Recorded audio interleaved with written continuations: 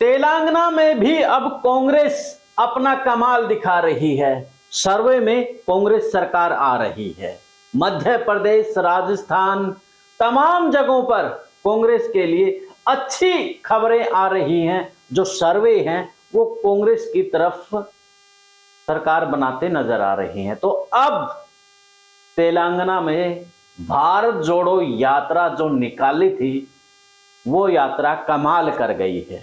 यानी कि कुछ माह पहले वहां पर तेलंगाना के अंदर कांग्रेस का कोई जनाधार नहीं था, खास नहीं था। लेकिन अब बीआरएस को पीछे छोड़, बीजेपी को पीछे छोड़ वो आगे बढ़ गई है।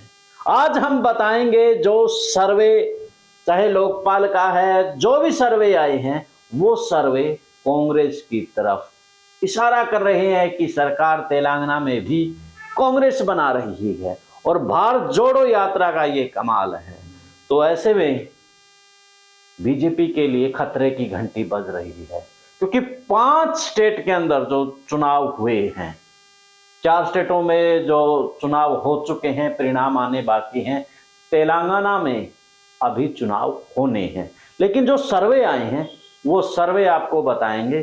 सर्वे बताने से पहले आप भी अपनी कमेंट्स बॉक्स में राय दीजिए कि तेलंगाना में किसकी सरकार बन रही है और क्या कारण है, क्या माहौल है, किसके कारण से वो सरकार आ रही है। कमेंट्स बॉक्स में राय के साथ चैनल को फॉलो कर लें, शेयर कर दें और सब्सक्राइब भी कर लें। सभी को नमस्कार, राम राम। मैं कुलदीप खंडेलवाल, दावी सुप्रीम न्यूज और हरियाणा न्यूज फ्लैश। यानी कि जो बीजेपी का हर जगह पूरा बिगुल बजता था, लेकिन जैसे ही कर्नाटका, हिमाचल, दिल्ली, पंजाब यहाँ पर गए तो मानो बुरे दिन शुरू हो गए कांग्रेस बीजेपी के लिए। तो बीजेपी हर जगह अपना सरकार बना रही थी, जो सरकार बन रही थी उनको तोड़ रही थी। मध्य प्रदेश में लीजिए आप, इन्हें पीछे जिस प्रकार से बहुमत की सरकार आई, चाहे महाराष्ट्र में लीजिए, तमाम जगह सरकारें तोड़ी गई और फिर बीजेपी की सरकार बना ली गई।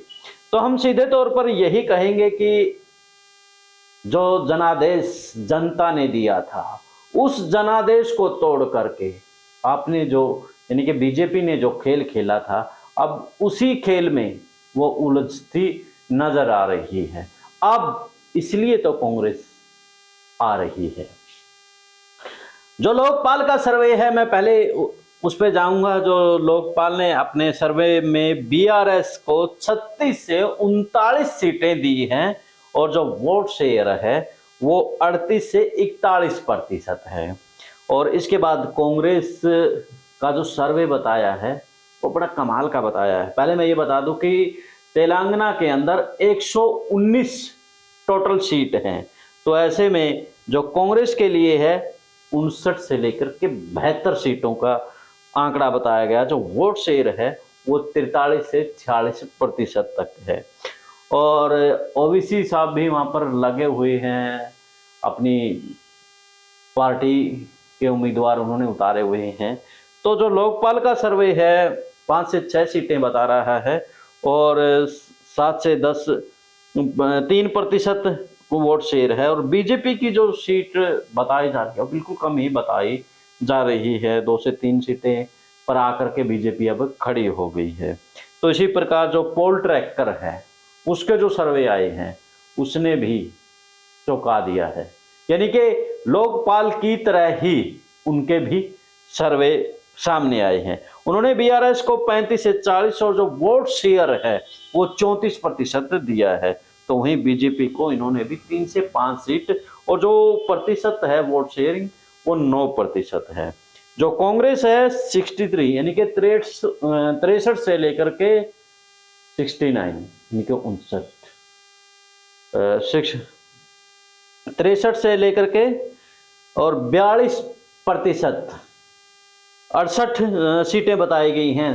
जो पोल ट्रैकर है 63 और 68 के बीच में। और ओबीसी की पार्टी भी वहां पर 2 से 5 यानी कि जो सर्वे 10% जो वोट शेयर है वो 10% है। और अदर को भी उन्होंने 2 से 6 सीटें दी हैं, यानी कि 5% वोट शेयर रहा है।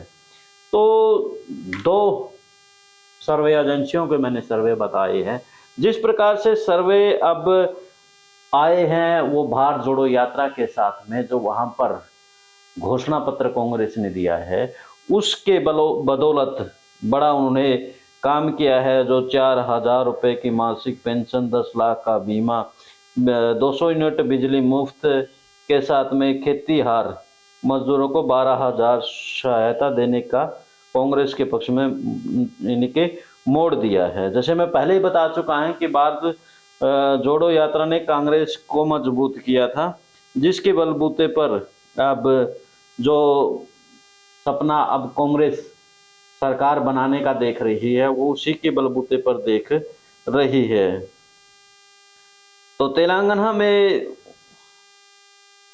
एबीपी के सी वोटर का भी जो सर्वे आया है, उन्होंने 39% बीआरएस, 38% बीजेपी को और 3% वोट दिखा रहा है। तो कांग्रेस को विधानसभा चुनाव में, यानी कि सीधे तौर पर यही कहा जा सकता है कि जो भारत जोड़ो यात्रा निकाली उसके बाद जो घोषणा पत्र निकाला गया है उसका कमाल यही है कि तेलंगाना के अंदर अब बीआरएस यानी कि केसीआर वहां के मुख्यमंत्री रहे हैं। और केसीआर को लेकर के आपने काफी सुना होगा, क्योंकि केसीआर की बेटी पर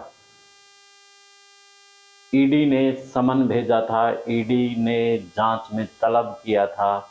तो तमाम केसीआर यानी कि पहले अपनी पार्टी बना करके भारत में चुनाव लड़ने की बात कर रहे थे, लेकिन जैसे ईडी का डंडा जैसे ही उस पर पड़ा तो वो खामोश बैठ गए थे।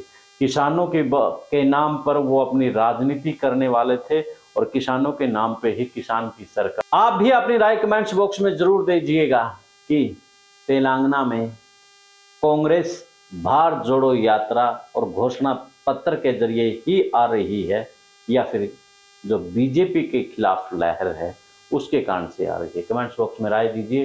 देश और प्रदेश की खबरों के लिए देखते रहिए ताबिश न्यूज़ और हरियाणा न्यूज़। मुझे दें इजाजत। जिंदाबाद।